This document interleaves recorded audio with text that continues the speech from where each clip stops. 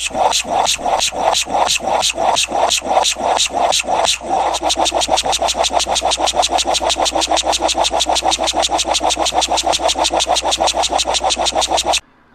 everybody, so here we go. We're still trying to figure crap out with this new technology and garbage, but here's a roulette. I think I got a few good pokes, but he said he got a good team, so we'll see how that works. Anyway, I know he's going to switch out this turn because there's really nothing Starmie could ever do, especially if it's lead off. Like, there's nothing to rapid spin away, so I'm just going to straight up baton pass turn one. That's right. Clean, empty baton pass. Go figure, of course. He switched from a psychic to a psychic, so I could have paybacked.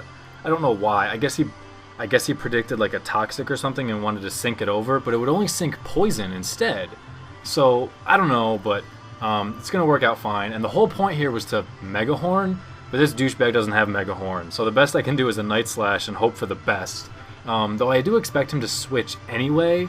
I suppose I could argue that if he goes to a Ghost, he would be predicting fighting or, you know, resist Mega Horn, and I would still Nightslash, but, you know, whatever. So it doesn't finish him, because for whatever reason, this Heracross for me has always sucked. I don't know why, it just always has.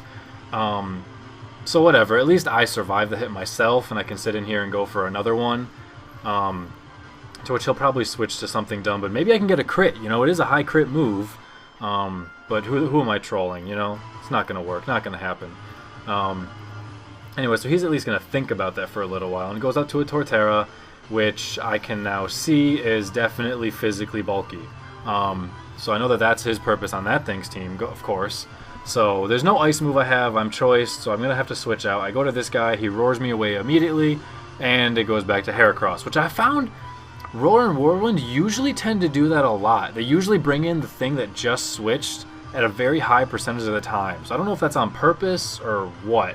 But whatever, I expected a Leech Seed and it didn't happen, which is slightly intriguing to me, but whatever.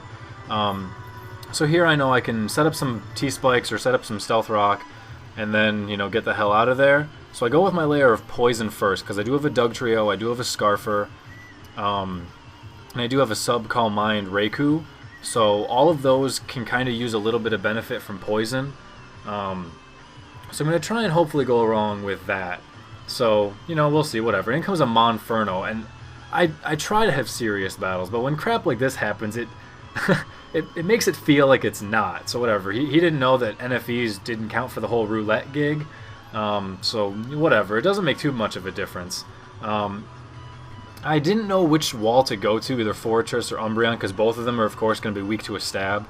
But I figure if he's going to have a fire move, it's more likely going to be special, and Umbreon will have a better chance at taking close combat than anything else I really wanted to do. So I figured it would be an okay play, and I decided to get a Curse up, and it's like, ugh, he went to this thing. So I'm going to switch out, because I think Umbreon's going to be more beneficial overall. I wanted to baton pass that Curse, but I figured I'll just stay safe. And here I've got a few options. I could straight up Explode to kill it, but I think that would not be worth it. I could set up Stealth Rocks of my own, I could finish getting Toxic up, or I could Rapid Spin away his rocks. And I think I'm going to go with that route first. He's going to lower his defenses and take a little bit of damage, mostly just for Sash Breaking, so I'm fine with that. And I know I'm going to bite the dust here, so I'm thinking a lot if I wanted to go to I forget the name, Toxicroak. I could either go to him for fodder and save this guy, or I could just let him die and bring in my Dugtrio for the kill anyway. And I thought about it a lot. And I'm still not sure what the right play was at all, but I ended up, you know, obviously just letting Fori die, and so be it. So this guy's dead. And at least I sort of get a trade out there. But I do know that I'm going to have Nightslash, so that's going to kill two of his guys, and Starmie and whatever the hell that other thing is. And his Monferno for that matter. So I know Dugtrio is going to be huge. I can't do anything about this Torterra, of course, though I do have Aerial Ace. I'm not going to hurt that much with this thing. Besides, Earthquake is better anyway. Aerial Ace is pretty much there for Breloom, and that's like it. Anyway, so I go to Glenn now, or I get Glenn roared out there, and I completely forgot that Earthquake was super effective to poison. I guess that's what happens when you play like 4 battles in 5 months, but completely forgot. If I had remembered, I would have went right back to Umbreon, so I could, you know, start getting some wishes and curses while he gets hurt by poison, but I completely forgot. Of course, another high crit move never crits for me, but, you know, at least it didn't miss, I suppose. but it's low enough looking at it. He only took a little bit from poison, and then he took the most of that from cross chop. So I'm curious if Dugtrio would be able to deal that, but I don't think he would, and I wouldn't want to risk it. So I go to this guy, figuring it'll be worth it to try and get one turn of substitute. If he switches, awesome. If he doesn't, no big deal. Hidden Power Ice is going to kill him anyway, so I at least gave myself the chance for some maximum potential going on there. It just didn't pay off. He probably doesn't really have anything to switch to anyway, so, you know, at least it's an option. You know, maybe if I predict Starmie to come in, I could hit it with Thunderbolt, but he would stay in with Torterra type of deal.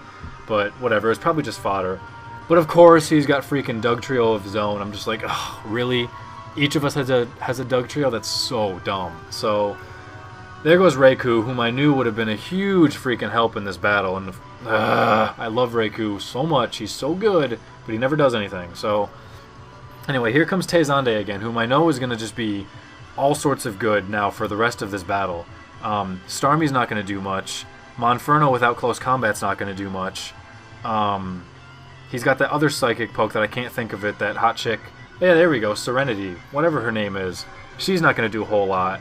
So I'm thinking at this point, Umbreon might just be able to set up and sweep. I do put a Wish up on the first turn just in case he wanted to hit me with Earthquake and I could see how much it did. But at this point, it's just going to guarantee that now I get some curses up instead. If he wants to burn me, I could go to Heracross, and that would be really sweet because Heracross would get Guts and a Wish, but he's still going to... I don't know. So I could have done that. I didn't know this thing got Pain Split. So I was thinking either burn or a Wish, that he would try a Wish instead.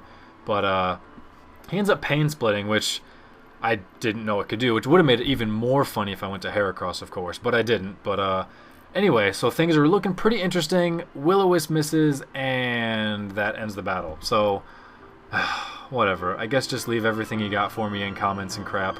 Nintendo Wi-Fi, you suck. It was a good match up to that point. It would have been very interesting to see how it finished off. I feel like Umbreon would have been really solid to take it himself, but who the hell knows, man. So, good game. Thanks for playing. Take it easy, guys. Peace.